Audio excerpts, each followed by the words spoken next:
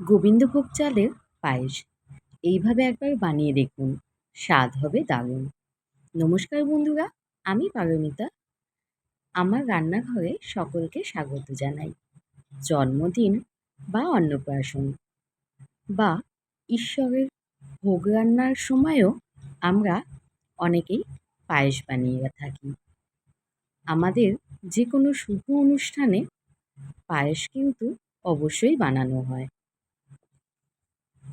তাই আজকে আমি বানাবো গোবিন্দভোগ চালের পায়েস। আমি কিভাবে পায়েস বানাই সেটা আপনাদের সাথে শেয়ার করে নেব। তাহলে শুরু থেকে শেষ পর্যন্ত ভিডিওটি দেখার অনুরোধ রইল। আর হ্যাঁ, যারা আমার চ্যানেলটিকে সাবস্ক্রাইব করে নিয়েছেন তাদেরকে জানাই আন্তরিক ধন্যবাদ। আর নতুন বন্ধুদের জানাই অনেক অনেক স্বাগত। আচ্ছা, প্রথমেই আমি উপকরণগুলো দেখিয়ে নিয়েছি। এইবার আমি প্রথমে গোবিন্দভোগ চালটিকে 2 চামচ ঘি দিয়ে একটু মেখে নেব। এটাকে মেখে আমি সাইডে রেখে দেব। আমি কিন্তু পায়েস বানানোর জন্য বাতাসা নিয়েছি। আপনারা চিনি দিয়ে বা মিছরি দিয়েও বানাতে পারেন। এখন আমি 1 কিলো দুধ জাল দিতে বসিয়ে দেবো গ্যাসে। দুধটি ভালোভাবে ফুটে উঠলে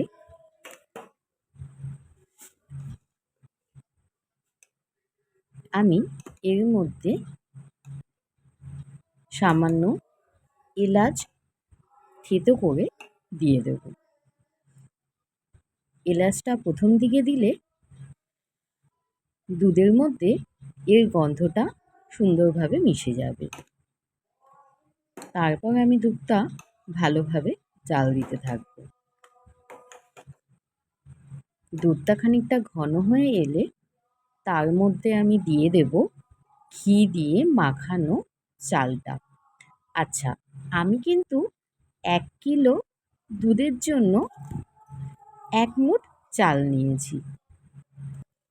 আমি এই মাপে সবসময় চাল দিয়ে থাকি। ঘি দিয়ে চালটা মাখানো বলে ঘিটা উপরে ভেসে উঠেছে, কিন্তু রান্না হতে হতে ঘিটা সুন্দরভাবে দুধের সঙ্গে মিশে যাবে। এইবার চালটাকে ভালোভাবে দুধের সাথে সেদ্ধ হতে দিতে হবে। আর এই সময় গ্যাসটা কিন্তু একদম কমিয়ে রাখবেন।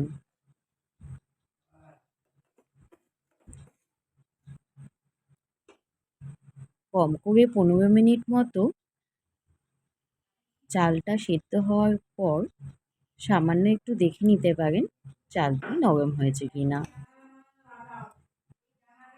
তারপর খানিকটা দুধ আমি তুলে নিয়ে তার মধ্যে সামান্য গুঁড়ো দুধ মিশিয়ে একটা পেস্ট বানিয়ে নেব। সেটাই আবার দুধের মধ্যে দিয়ে নেব।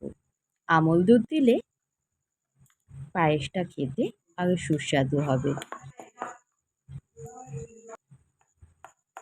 আপনাদের ইচ্ছা হলে আমল দুধ নাও দিতে পারেন। এই সময় খোয়া ক্ষীরও দেওয়া যেতে পারে। আর দিয়ে দেব ছোট বাটির 1 বাটি বাতাসা। মিষ্টিটা আপনারা নিজেদের পছন্দ মতো দেবেন। ব্যাস, এইবার ভালোভাবে আমি পায়েসটা জাল দিয়ে নেব। আচ্ছা, অনেকে তেজপাতা দেন, সেটাও দিতে পারেন, কিন্তু আমি সাধারণত পায়েসে তেজপাতা দিই না। ব্যাস, রেডি হয়ে গেল। এইবার পায়েসটা একটু ঠান্ডা হলে একটা বাটিতে নিয়ে তারপর তার মধ্যে কাজু ও কিশমিশ দিয়ে মিশিয়ে নেব। ব্যাস, তৈরি হয়ে গেল গোবিন্দভোগ চালের পায়েস। আপনারা এইভাবে বাড়িতে বানিয়ে দেখতে পারেন। আর আমার রান্নাটা পছন্দ হলে অবশ্যই চ্যানেলটিকে সাবস্ক্রাইব করে নেবেন। আর হ্যাঁ, একটা লাইক দিতে ভুলবেন না কিন্তু। আর কমেন্টের মাধ্যমে জানালে আমি ভীষণ খুশি হব। দেখা হবে আপনাদের সাথে আবার অন্য কোনো ভিডিওতে। ততক্ষণের জন্য আপনারা ভালো থাকুন আর সবাইকে খুব ভালো রাখুন। নমস্কার।